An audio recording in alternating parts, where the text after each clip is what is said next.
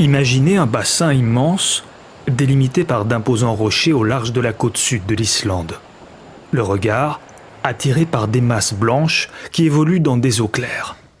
C'est l'histoire de deux baleines blanches, de belugas, deux sœurs, qui vont trouver ici la liberté à laquelle elles n'ont jamais goûté.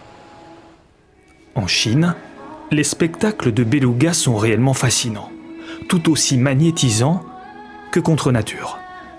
Une association de protection des animaux s'est inquiétée du sort de deux cétacés, condamnés comme leurs congénères d'un aquarium chinois à divertir. Elles tournent en rond depuis 10 ans. Les deux belugas seront sortis de Chine. Début de cette année, les deux femelles sont transférées en Islande où elles seront acclimatées. Elles sont entraînées pour mieux se débrouiller. Plus de muscles pour faire face aux marées, plus de graisse pour affronter les froides températures islandaises. Nous sommes confiants. Elles sont en bonne santé, elles sont heureuses visiblement. Elles devraient sortir bientôt. Le grand saut s'est opéré au cœur de l'été.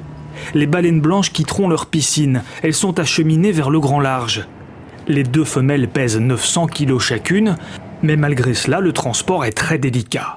Direction le sanctuaire des baleines, où elles vont être relâchées en semi-liberté, après avoir été si longtemps prises en charge par les humains. Ce sont des espèces qui ont été capturées dans les eaux arctiques.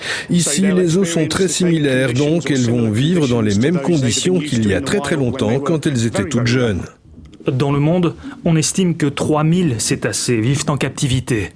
Le bassin désormais partagé par les deux femelles est suffisamment spacieux pour accueillir d'autres candidats à la liberté.